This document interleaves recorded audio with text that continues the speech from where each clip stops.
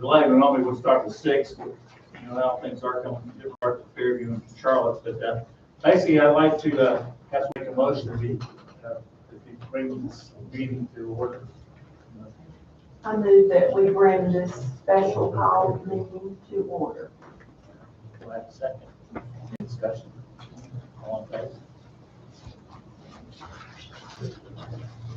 And secondly, we have we don't pass out the copy of the agenda. Yes.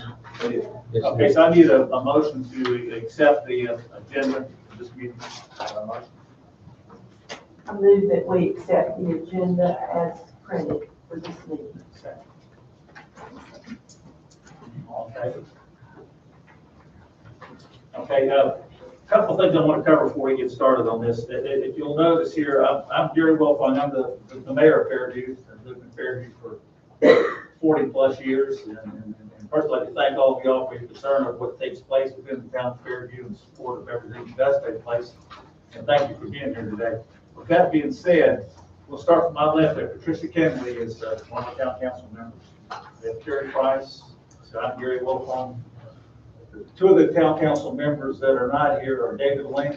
He found last minute he cannot be here, and the other is John Biggers. He's out of town to be either. So for our purposes, we conduct the meeting under this many people, because this is not it's a special call meeting. It's not a formal meeting where we should have to vote on something. We could, but there's we have a form we could if we need to.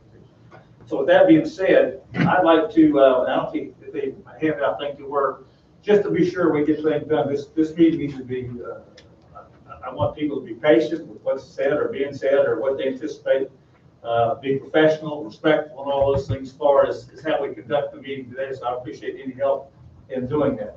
And once again, like I said, with that being said, if you look at the thing to hand out, we have some rules we'd like to go by as far as this portion of the meeting. Number one, do we have a spokesman? No single spokesman, okay? Anyone here that signed up to speak, we have 6 people signed up. You'll be limited to 3 minutes.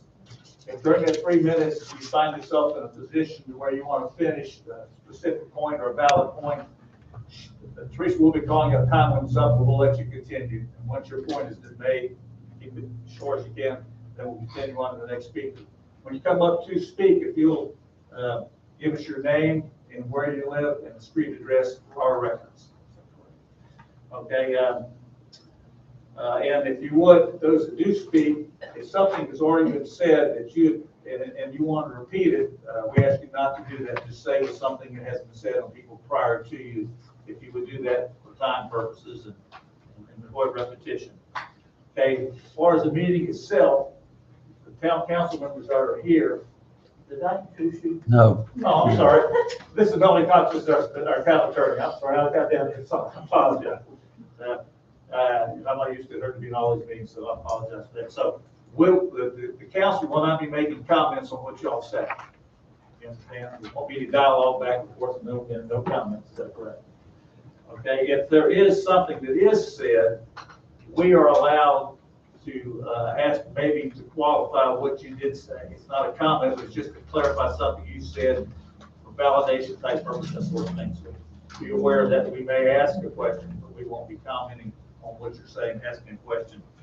And that'll be us and Melanie as the attorney. And then once this meeting is completed, it is being taped and it will be available for somebody. It'll be on our website and so forth and so on, so you can receive copies. So, in getting started, on our agenda we have here, the first thing is items of business. And under items of business 2A, it's comments from residents on West Duncan Road concerning activities on 6802 West Duncan Road, Indian Trail, the Macon Family Farm. With that being said, if I missed anything, just point it out.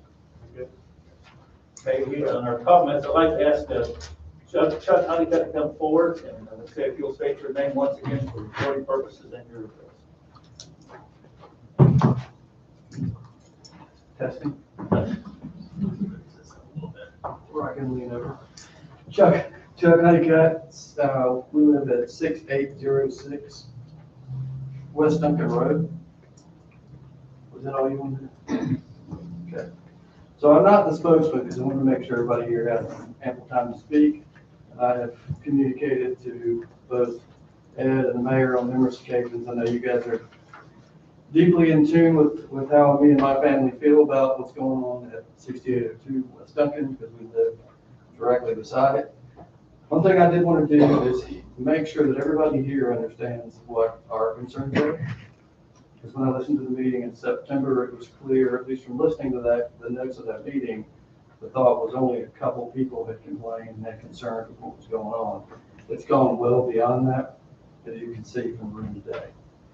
I want to talk about impact for just a minute in terms of why are we even here? Because frankly, I don't want to be here. And I'm sure you don't either, but I appreciate you guys taking the time to have this special meeting for us.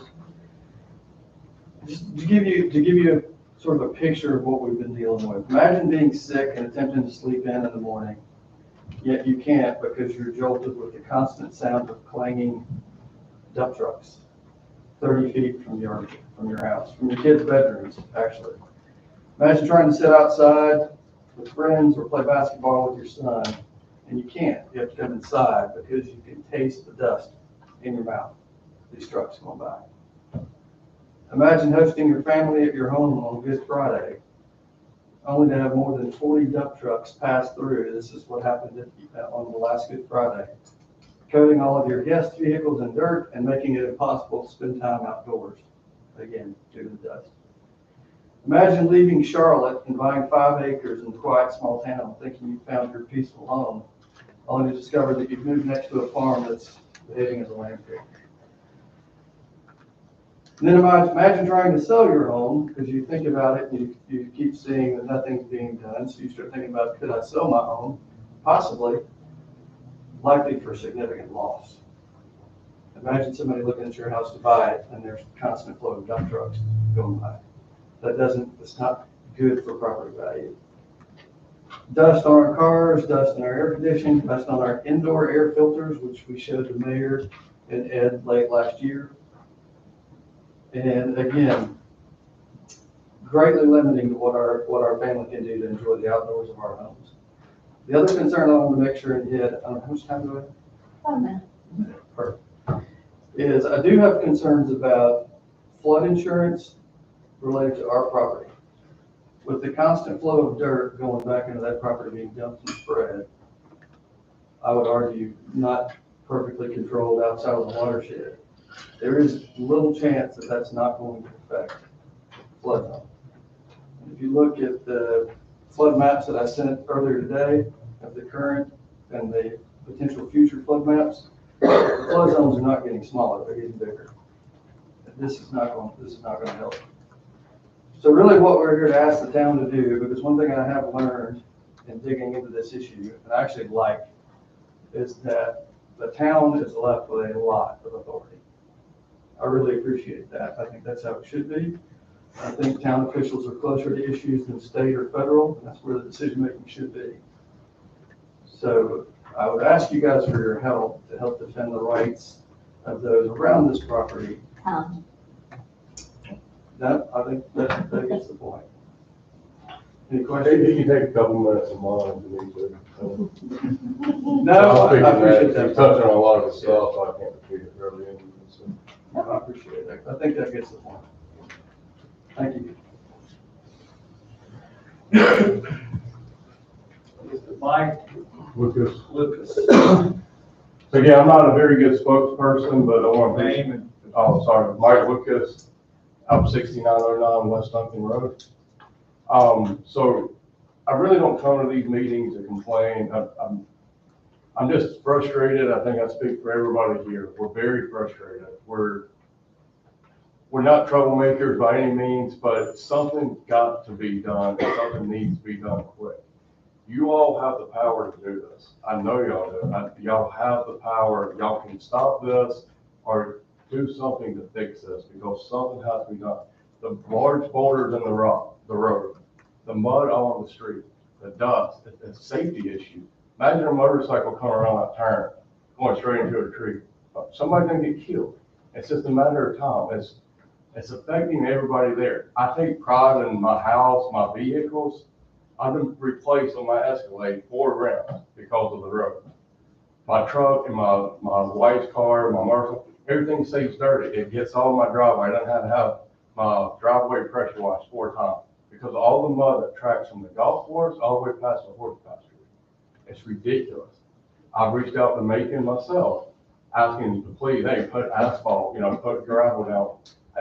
To control the dust, control the mud, nothing's been done. Nothing is, it's just going blank. I asked Ed to help out there. I know y'all are limited on what can be done, but I know there's more that can be done from you all. I know it, and I'm hoping and trusting with everybody that's coming here, voicing their frustration that you all can help on this matter and get it resolved quickly.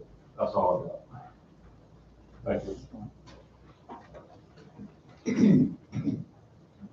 D.G. Gilmore?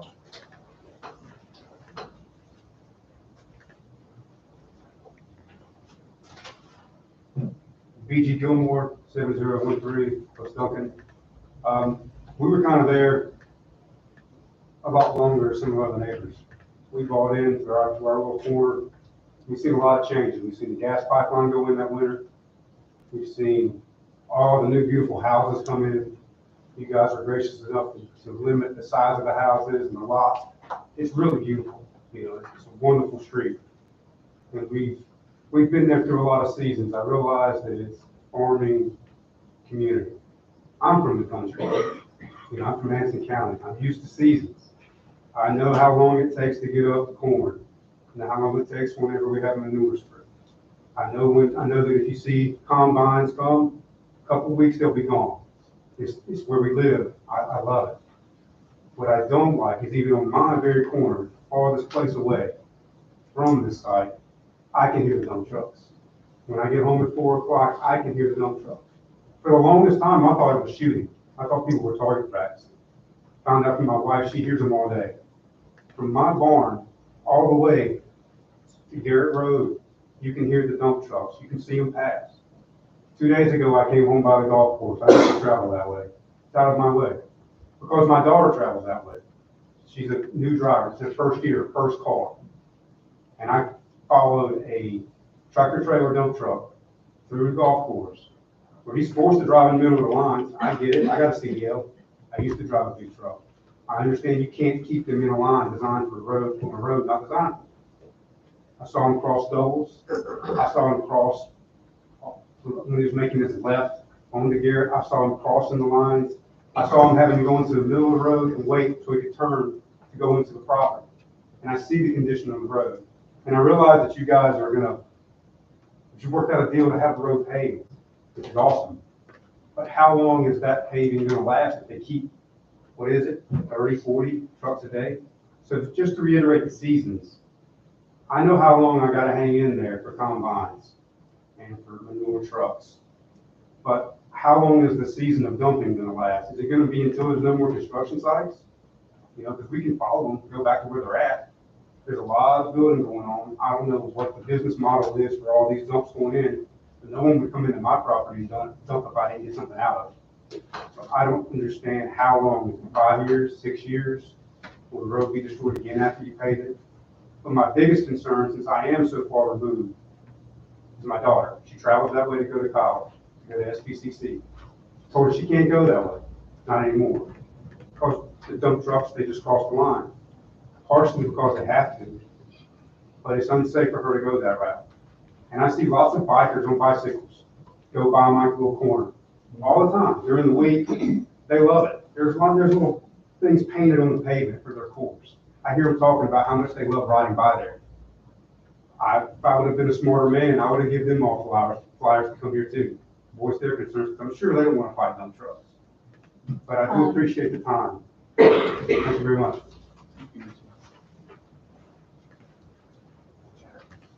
Jim Davis?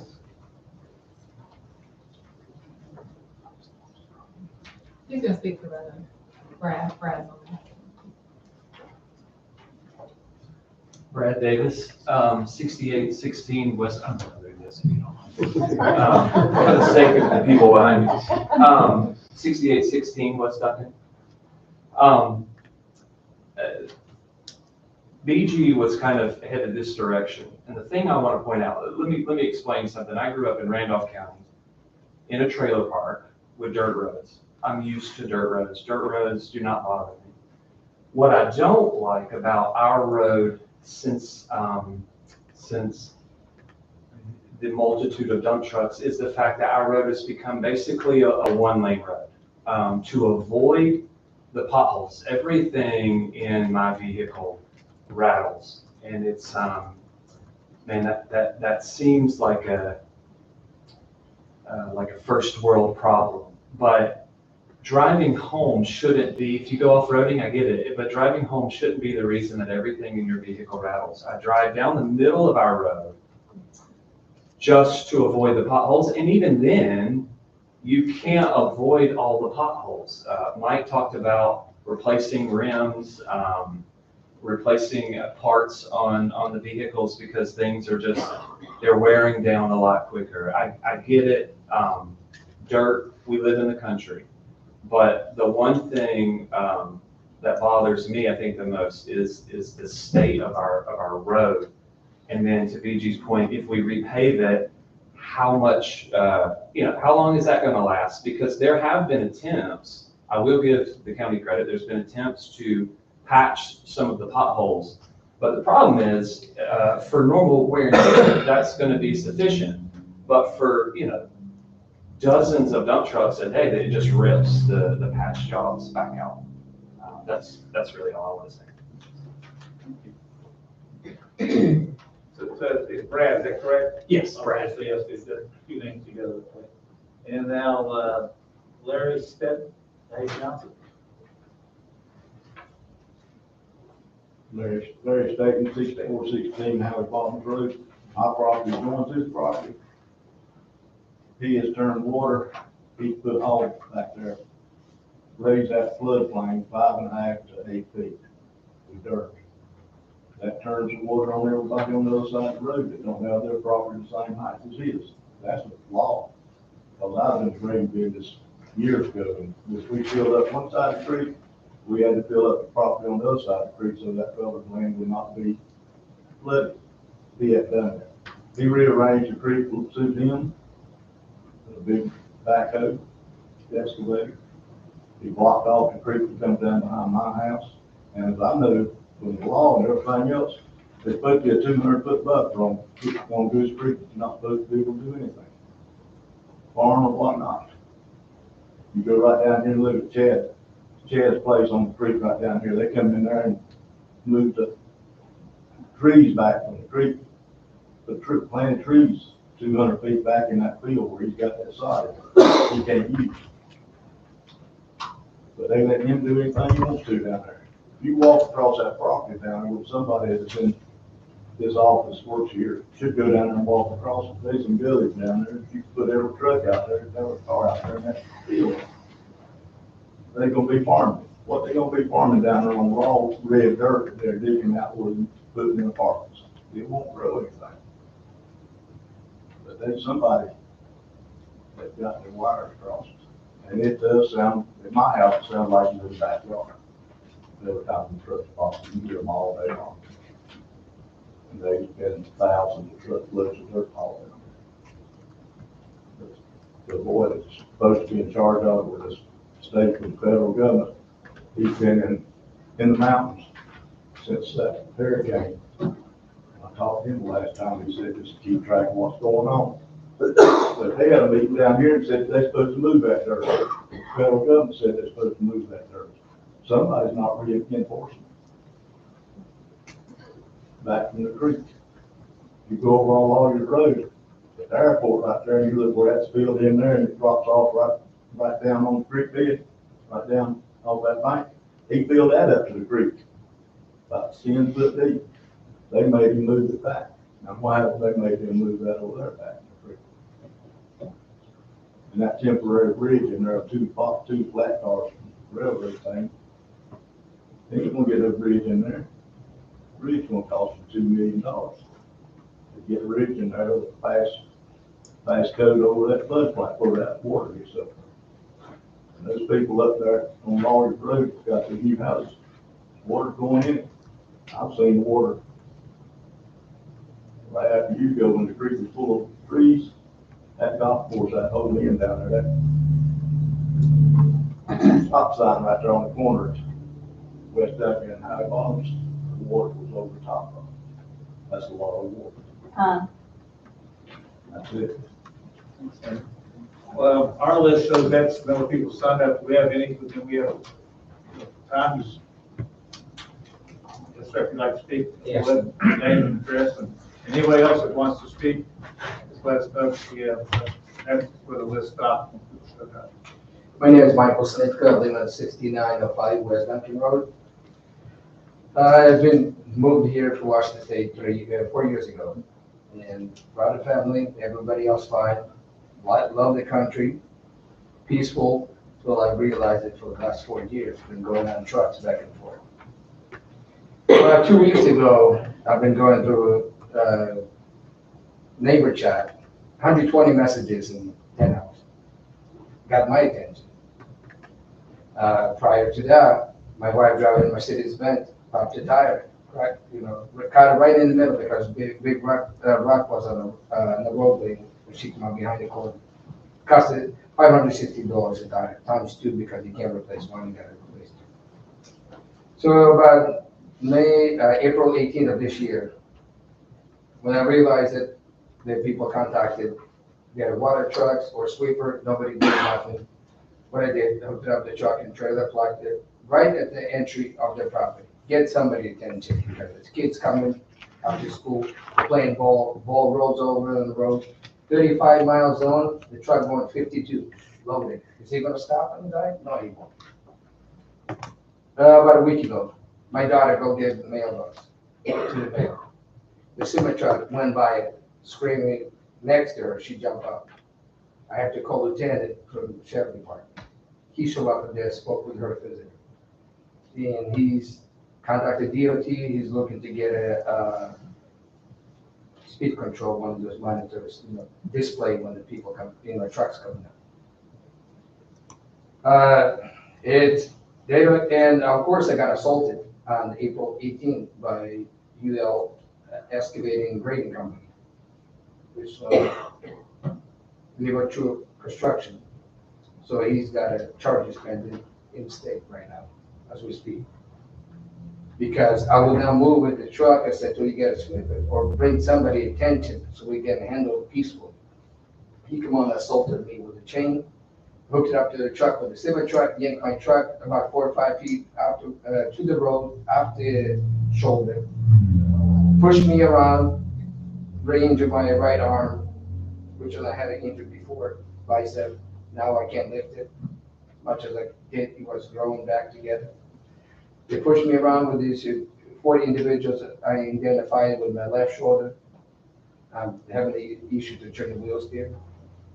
So this is going not beyond that, the truck drivers, going physical and instead of step up and take care of the business. I was thinking to speak the same language, we were gonna find an agreement. No, he came and assaulted me. Never expected. And live in a good country and good community, my son is law enforcement for my PD. I didn't want him to do it, he said I love to do it. So he's doing it as we speak. So nothing I'm gonna hate or something, this has gotta be done for our kids, for our property and everything else, the value not go down.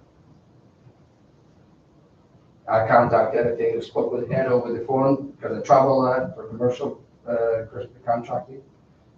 And spoke with him on the phone, and then it's like, oh, we have a conflict of interest. I don't think we can help. Somebody's getting paid for this. More likely it is. If go in that far, subpoena the phone numbers and get it to it, we'll find out if they have a connection. Somebody's paying back on you. Thank you. At this point in time, we have no one is signed up to speak. If Millie's, if anybody else wants to speak, are we allowed to go ahead and want to get plenty of time, or do we want to go ahead? If anybody wants to speak, they're certainly welcome to speak. Well, see, like, take the opportunity to speak because it's much easier. You have people already here, but once you, when you come up, name and address. My name's Alan Rosenberg. I live at 105 George Watkins Trail, which is a gravel road that runs off of West Duncan, about 8/10 of a mile from 218.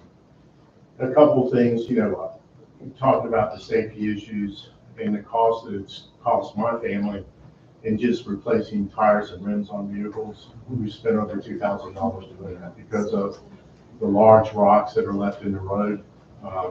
We pretty much avoid that entire area now. And if you drive through that road, it's nothing but potholes. You've got to slow down to 25, 30 miles an hour because the road conditions are so rough.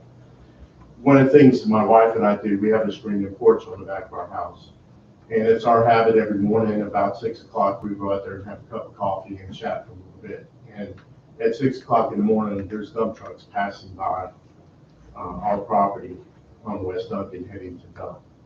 And, that's just disturbing, to the community. The people want to, spend some time and have some quiet time in the morning or want to sleep in a little bit. But, it's also, we've talked about the environmental concerns and the safety concerns that exist, but also with this type of traffic and the amount of red dust that gets into the air, it's also a health issue for the people that are down there and breathing that in the particulate into their lungs over a period of time. So it goes well beyond just the safety and environmental issues and the impact that it has there. Thank you. Yes, sir.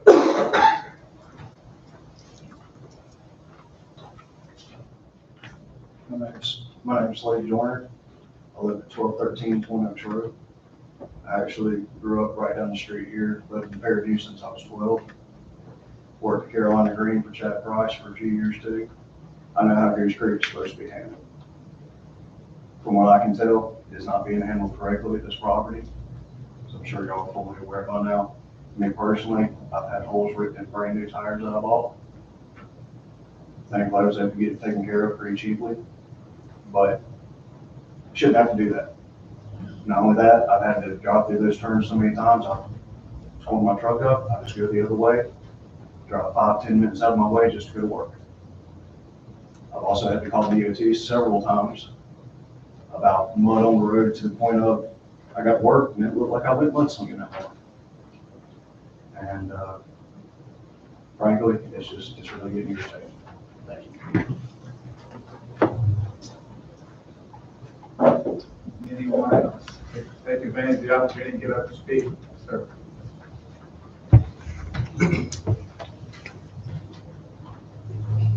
My name is Colton Helms. I live at 6914 West Duncan Road.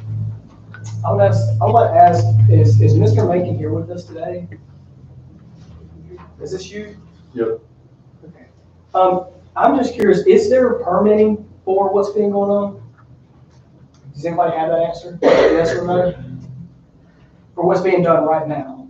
This is just an opportunity to hear concerns from the public. When it's all done, there'll be a statement issued from the town answering what questions that they said we can answer.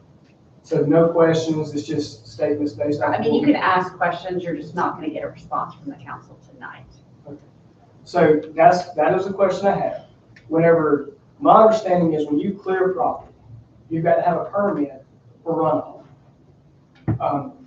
I would like to know if those permits were obtained. I would also like to know if there's permits for dumping. I understand it's under a farm, but going forward, what is the process? What is the outcome? What is the end date of what's trying to be done?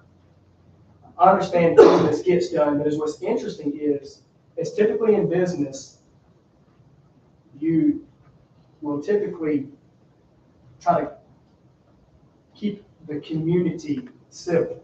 I work in Charlotte, all over the place, it doesn't matter, you still cleaned up every day. You get fined in Charlotte, Mecklenburg County, it's a very serious thing. Here is what's interesting to me is every time somebody from this community has reached out, there has been no answers given. And everybody just seems to not really know any answers. And I say this in a very respectful way. I'm not trying to be boastful or disobedient in any way. I'm just simply curious why nobody knows these answers and why nothing has been done, and just kind of looking forward to the end date of when this is gonna kind of wrap up and kind of come to an end. Construction, typically you can see a house being built, you know, the stages that it goes through, or if this is actually a dumping ground being ran under a farm. Because if you see the pictures and the images of what's being done, you know that you cannot plant nothing on top of what's being done. And it's amazing to me that we've got this far and nobody stepped in. And I just cannot believe that the town and the responsibility that they have has not stepped in, especially the flooding that we've seen in western North Carolina, that they've not done anything covering this instance right here on the creek. It's going to change the way the water flows. It's a very big issue. That's all I have. Thank you. One question. What's y'all rules and regulations on stump dumps? They're hauling logs over there, trailer loads of trash. They're clearing lots or clearing something that's not supposed to be in the stump dumps. They got to be issued through Monroe with the environmental people. They haul trash over there. They're hauling everything, plastic, trees, rocks, concrete, contaminated dirt. I've seen them come to my house, lots of the trash on the trucks going over, they come back out empty. Like they cleared a lot or cleared property or something. Especially the UL excavating and grading. The guy been indicated he's doing the demo houses, he have the places to take. Apparently he's taking the dust spot, asbestos, bricks, you name it. It's all buried underneath the stump. But yeah, he's wanting to put a farm there on top of all that, and that's what it's like, right?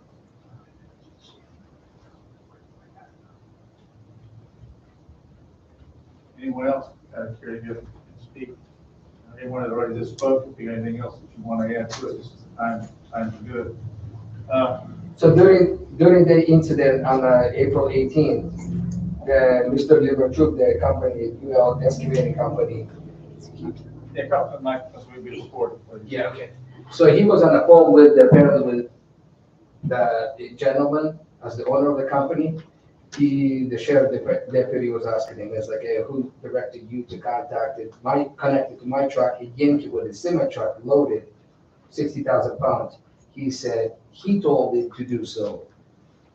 He said, connected and unhooked. I was unhooking it from the truck so quick, almost my arm got wrecked because Mr. Liverchuk was controlling the truck number 166 and 173, which was causing it harm to, I could be dead by now, I wouldn't be doctored again. He had no authority to connect it to the truck, remove my truck whatsoever. If he had some issue, call the sheriff deputy and ready to talk to that. So Liverchuk has been arrested and has been charged.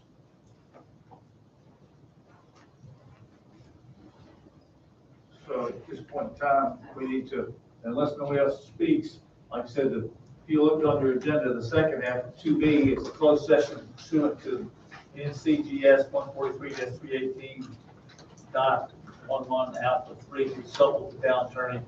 And so that's going to take place next. So we'll be going into that session here shortly. The questions you presented, she's been writing down, and then we'll go through those questions, I assume, in this next session, and then. Right, but no action is taken tonight. Yeah, no action taking place tonight. We're just we wanted as a town to have the opportunity to let you speak and let you know we are hearing it personally. And beyond that, because of all the legal aspects involved in this, we have to be really careful on what we say as a town council. We know all the facts. And so thank you for doing that. And I don't know what your perception is, but please understand that we understand what your concerns are, and then we'll do our best what we can do as a town legally to work out the issues. Right? So, thank you. May I just say one thing? I have one thing. Sure.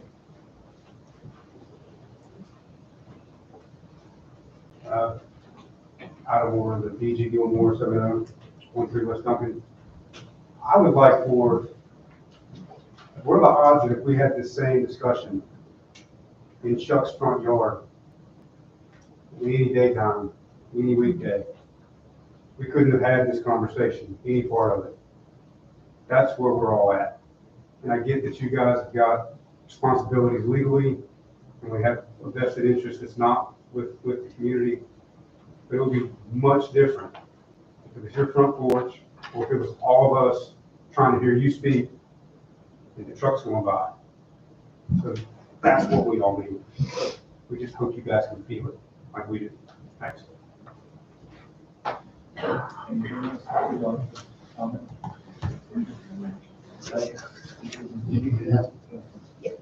Mr. Staten, Yes. when you spoke, the first thing you mentioned was that there was a certain amount of feet that the, You got 5 to, I don't know how many feet, they all that dirt's going down there, they raise it 5 feet before. well, specifically, what did you say? And my question is, specifically, what did you say? And then how do you know that? I live down there, I joined that property. I know, but how did you gauge that? How did you measure that? This road bed, this ridge they put in originally is down here. The dirt is up here on each side. Okay. On that side of the creek. Okay, You can drive down that road with some planning man here.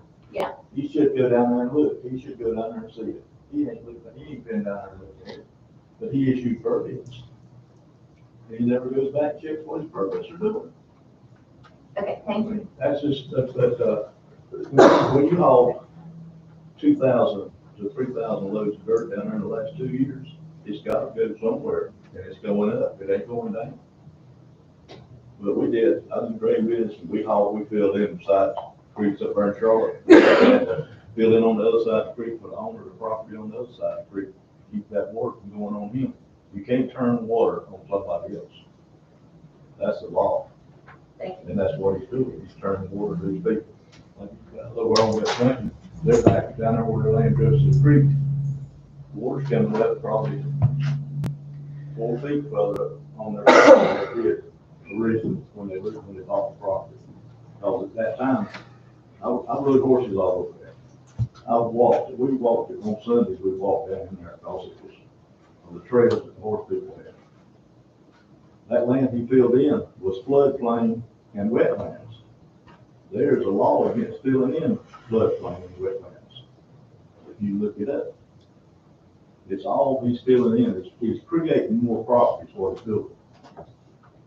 He bought that property for nothing, because it was landlocked, he got access road to get in there, and he's building it up now, thinks he's gonna get a big, one of these days, it's gonna be worth a bunch of money, and make money off of it. But it's not there's a lot of rules and regulations that somebody really working down there where they put that property up. And floodplains and wetlands, you can't do what he's done.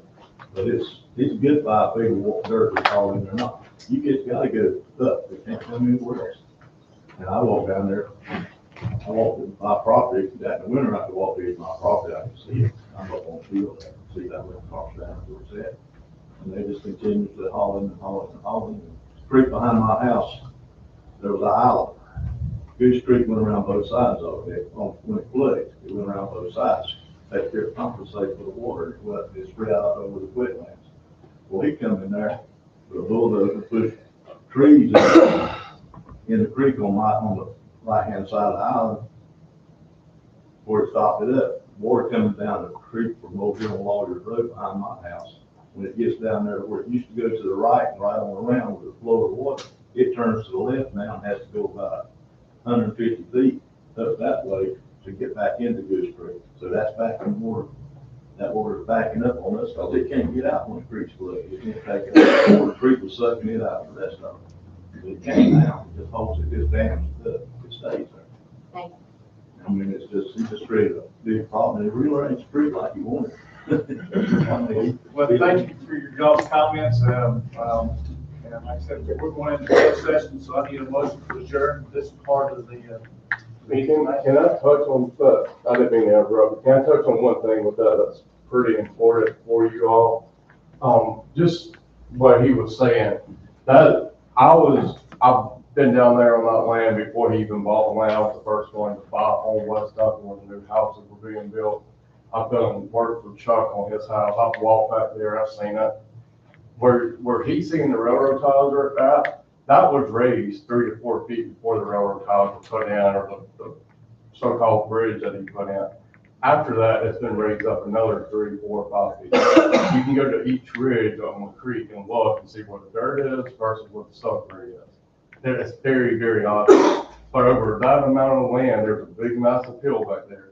So not only does the water, when you broaden it, of course, you got more water flow. But he's shortening this, so now you got a real narrow patch from where it's been raised up probably 8 to 10 feet, if I had to guess. And that's on the low side. Now you got this little stretch that's getting pushed up to all of our houses now, of 10 plus feet of water. And not only that, it's backing up all the way to the airport now. It could be affecting everybody else's house back there. Basically the ones on Lawyers Road that built right there at the airport that kind of sits pretty low. That's going to affect everything now. You raise that creek 10 feet where it backs it up, them houses are being flooded. That's all. Can I just say really quickly, just didn't put my name on there earlier, but Sergey Kalashnik, I'm at 6919 West Duncan across the street. We're a few houses down, and I think most of us here in the room built about 5, 6 years ago over there. I would say when we were building, nothing against that. I love that. Had a lot of good conversations that Gary, everybody here. I love our town and I love our people. I think we're all good people and we all want good things, right? We all love living here. We want to raise our families. We want to live in a quiet neighborhood and have no issues when we're there. That being said, and we had a lot of conversations too. For me, that was my first house that I ever built before I got into construction right after. So I do know construction. When we were building, and we had a lot of conversations about very particular topics such as clearing, grading, other things, and there were some very strict things that you had to adhere to. And if you cleared more than a certain number of acreage, you had to go through the EPA, submit these huge plans, water runoff, do all these studies, measure rainfall. You had to have rainfall meters and roads and keep a book and do all that stuff. And with the amount that they're doing over there, which is, I think some people have counted 30, 40, some counted 60, 70 a day. I don't know the exact number.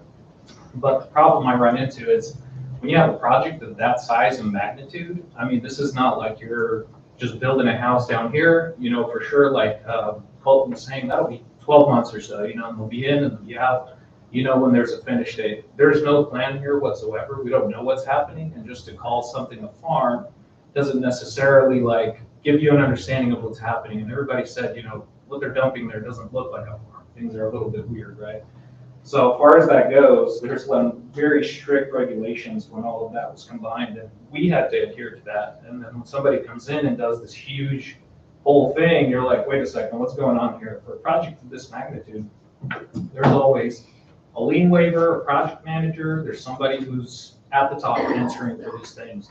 And there's legal recourse, there's other actions that you can take. Here, there's job postings, there's some permits posted, as far as I know. I don't know if anybody's seen anything on the road. I don't see anybody that we can contact, and if we try to contact the owner or the town, from what I hear, everybody says nothing we can do. There's nothing. It's just a farm. It's free reign. He can have whatever he wants.